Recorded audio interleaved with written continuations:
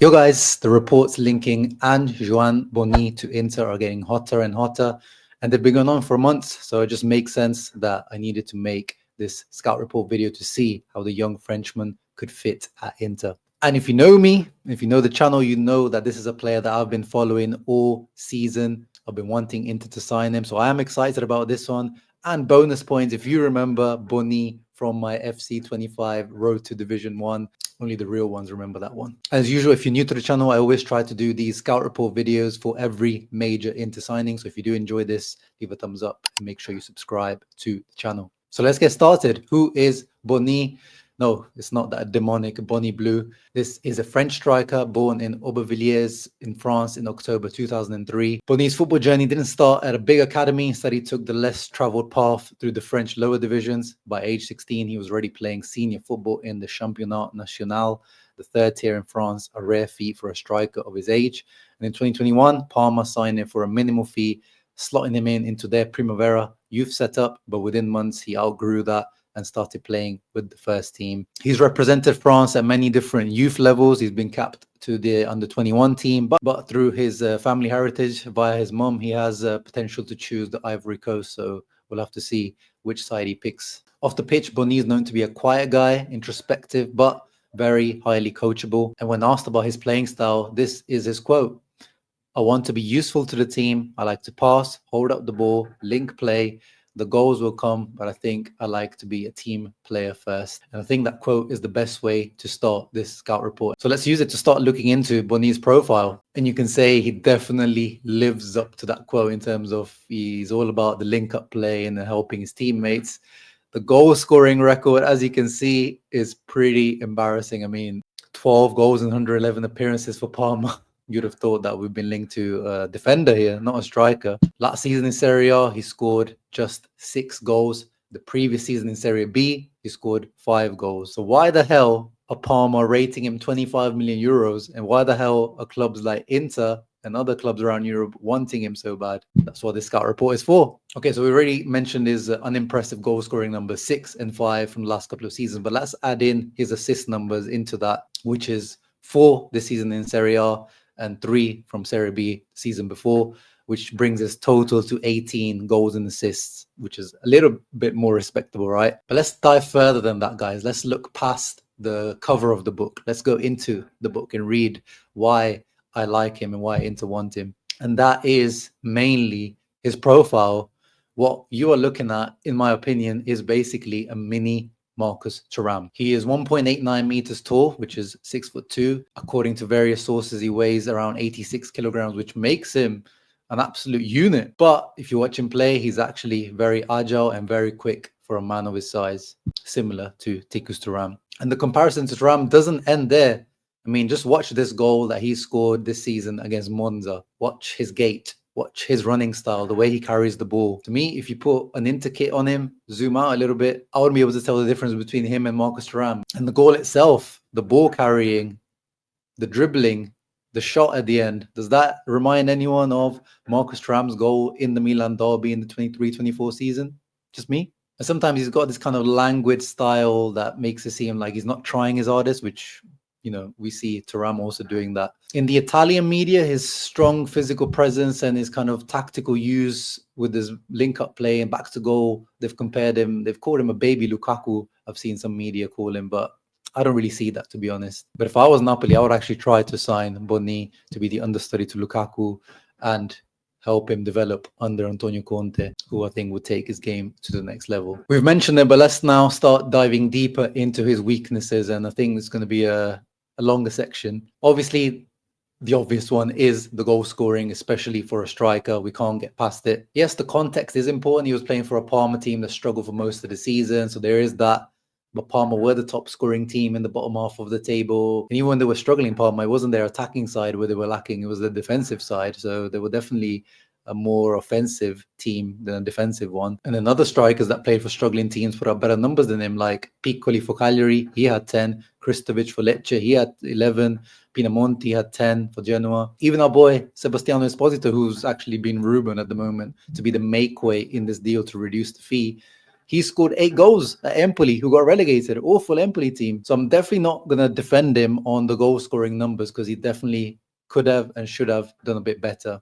And the stats kind of show why he's not scoring that much. As you can see on FBref, he only takes 2.17 shots per game, and only 31% of these end up on target, which puts him in the bottom 14th percentile. Going back to Thuram, he has this tendency to get into good shooting areas like Thuram, and then he ends up passing it because he just prefers to pass rather than shoot, or the shot is usually poorly executed. Remember that sitter he missed against Inter? Yeah, I know, massive credit to Jan Sommer there, but just an example of some of the chances that he has missed this season, which has meant he has underperformed his XG quite considerably. There are some explanations to his poor numbers as well at Parma in terms of the context. Before Kivu came in, Kivu changed it to a 3-5-2, but before they were playing like a 4-2-3-1, 4-3-3, so he was playing as a lone striker, and they needed Bonny to be kind of that anchor target man that they would use to kind of go up to the pitch, so he would drop deep and help others, bring other players into play. Because of that, obviously, he ended up being a lot deeper. And this is shown by the amount of low touches in the attacking penalty area. As you can see, just under 4 per 90, whereas his touches in the mid-third are just under 15, similar to his touches in the attacking third. So he's spending a lot of time outside of where the danger zones are. In total, he takes 32 touches a game. A bigger team, of course, that would probably improve, as the team would dominate possession and have the strikers in more dangerous positions. But again, if you look at his non-penalty XG per shot, it's only 0.12, which again shows he's not taking shots from dangerous areas. And again, this is due variety of reasons, but either he's not getting himself into those positions, or the team around him wasn't helping him to do it. Another issue that the stats show is that he averages 3 missed controls per 90, whilst also being dispossessed 2.49 times. And this is quite disappointing, because he has good technique and good physique for the hold-up play, but it means that he still needs refining. The concentration isn't quite there. And we know how it works, guys. If he signs for Inter, few missed controls and dispossessions at the San Siro, the crowd is going to start moving different. It's going to start moaning. They're going to start booing, as guys like Arnautovic, Taremi, Correa. And going back to the point about learning how to use his body properly, this guy, as we said, he's 6'2", this brother, and he is only winning 25% of his aerial duels. That is really, really poor. You're built like a tank, and you're only winning 1 out of 4 of aerial duels. Obviously, there's some work that needs to be done on the training ground in terms of how to use his body, his positioning, the reading of the flight of the ball when it's in the air, and maybe being smarter about how he goes about these aerial duels to help the team retain possession. And of course, having watched him all season, as many young strikers, you'll see he can be patchy throughout a game. You can have 5-10 minutes of where he's looking impressive, and then there's about 20-25 minutes where you think is he still on the pitch, which is quite normal for a young player. But again, something to work on and improve. Okay, guys, have we beaten the guy down enough? Have I beaten him down to a pulp? Let's get to some positives now. What do Inter need? Inter need dribblers. How many times have we say this? Pretty much every scout report, I think I've mentioned this. ANGE-YOAN Bonny is a dribbler, especially for his size. He is a good one. 2.38 dribbles per 90 attempted, and completing around 50% of those, which ranks him very well amongst the top 5 league strikers. And from these dribbles, he often ends up creating something. 0.39 shot creating actions per 90 puts him in the top 10 percentile for that stat. And you can see some examples when he played against Inter. Even if he stumbles, he has the resilience to keep going and try to shoot. When he drops deep to pick up the ball, it's very hard to take the ball off him. In these types of situations, he knows for sure how to use his body much better. Cerbi, Bastoni, Aslani, these guys were struggling to cope with Bonny's physicality and dribbling. I've watched him many times this season, and I've seen him body other Serie A defenders and midfielders. Sometimes it makes it look like the other guys are like little youth players. They seem to bounce off him. And sometimes the only way they stop him is either by fouling him, or pulling his shirt back, or trying underhanded tactics. As the stats show, he draws 1.67 fouls per game. And again, in a team like Inter, will have more possession, more touches, he'll probably double that figure and help Inter win fouls and win free kicks in dangerous situations. Another thing I like about him, he does, as I said, maybe looks a little bit lazy at times, looks a bit languid in his style of play, but actually he does get stuck in, especially in Parma relegation battling. The guy was not afraid to get stuck in. He ranks in the top 3 percentile for tackles in the midfield for strikers. He has a 57% successful tackling rate if someone tries to dribble him, and 1.32 tackles and interceptions per 90. These are encouraging numbers, especially knowing that Inter's new coach, Christian Kiewel, has already said that he wants an Inter that is more aggressive in terms of their pressing and their tackling.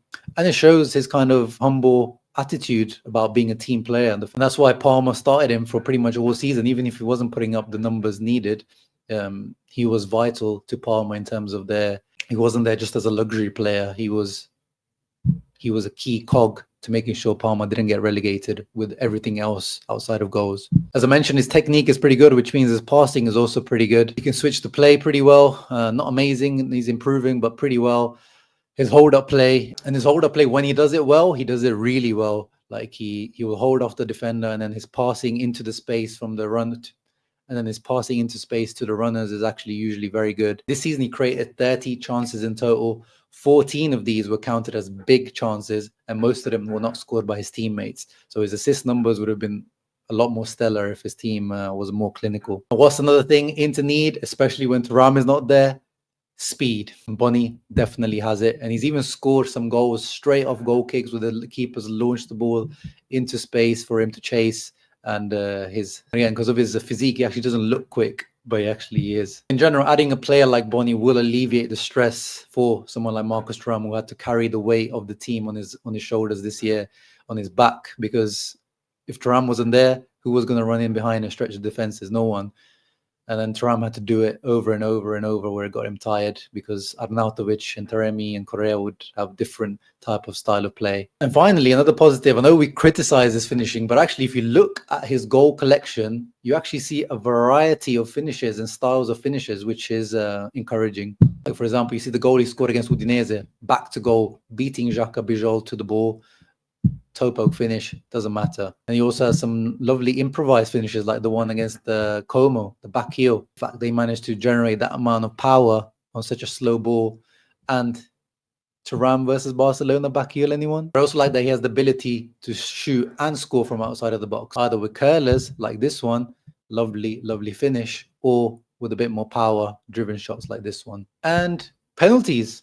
That's something that actually Thuram doesn't even try. We don't even know if he's good or not, but he's probably not, because that's why he doesn't take them. Bonny has stepped up 4 times and scored 3. Yes, that's very small sample size, but he has one of those slow modern styles of run up to the penalty spot, which I know a lot of people don't like, but it shows his confidence and the ability to pull it off. It always helps to have more good penalty takers in the team. Okay, now it's time for the final verdict. I feel like this has been quite a harsh scout report. I did spend a lot of time on the negatives because we need to talk about them. There are a few negatives with Bonny, but ultimately I can see why Inter are looking past these negatives. I'm sure they know about these negatives. We all see the stats, but with Bonny, it's all about profile.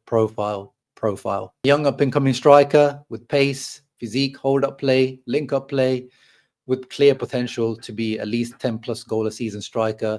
To me, that's a good recipe for the backup striker that Inter need. Last season, we had guys that didn't have that hunger, didn't have that freshness, didn't have that pace to bring on off the bench, that dribbling, like the relics of Arnautovic and Taremi and Correa. Under Inzaghi especially, I would have been 1000% in favor of this move, because we've seen he's got the record of improving strikers. With Kivu, we'll have to see how he develops players. We don't know. But with Kivu, the very important thing that I haven't actually mentioned yet is the fact that Kivu was coaching Bonny at Parma very, very recently. So Kivu knows him inside out, and we were linked with Bonny before we signed Kivu as our coach. So the links have only just continued, if not intensified, and that means that he's also approved by Kivu. I think it just makes for all parties involved to work together again. Now, the price point is probably an issue at the moment. Parma seems to be stubborn on their 25 million euro price point, which is definitely overpaying for a player who scored only 6 goals last season. I think maybe they might be salty that Inter took their coach recently and they're playing hardball. I don't know. I even tweeted at one point this season, I was saying, I'm kind of glad that Bonny hasn't scored too many goals. He stayed out of the spotlight, which hopefully keeps the hype down and keeps the price down. Yeah, that didn't work out. But again, as I mentioned in that tweet, it's about the fundamentals. I like what I see in the foundation, the fundamentals of Bonny. I think Inter should go ahead and try to sign him as much as possible, as long as we keep the valuation, I think, to around 20 million euros. I think that is a fair price. If we do insert a young player to reduce the fee further, then hopefully we can at least put in a buyback clause. For example, how Inter signed Arnautovic. We signed Arnautovic for around 10 million euros from Bologna. Bologna bought Giovanni Fabiano for 5 million plus buyback clause included. So we can maybe do something like that with Sebastiano Esposito or someone else. Overall, I'm probably biased because I've been wanting him all season and I want to see him in an Inter shirt.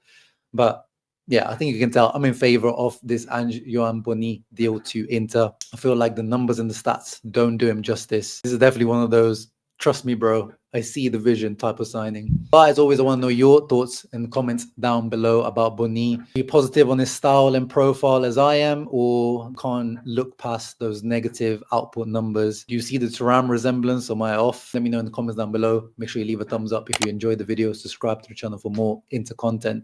See you on the next one. Let's see if Inter pull this signing off. Ciao ragazzi. Always, Forza Inter.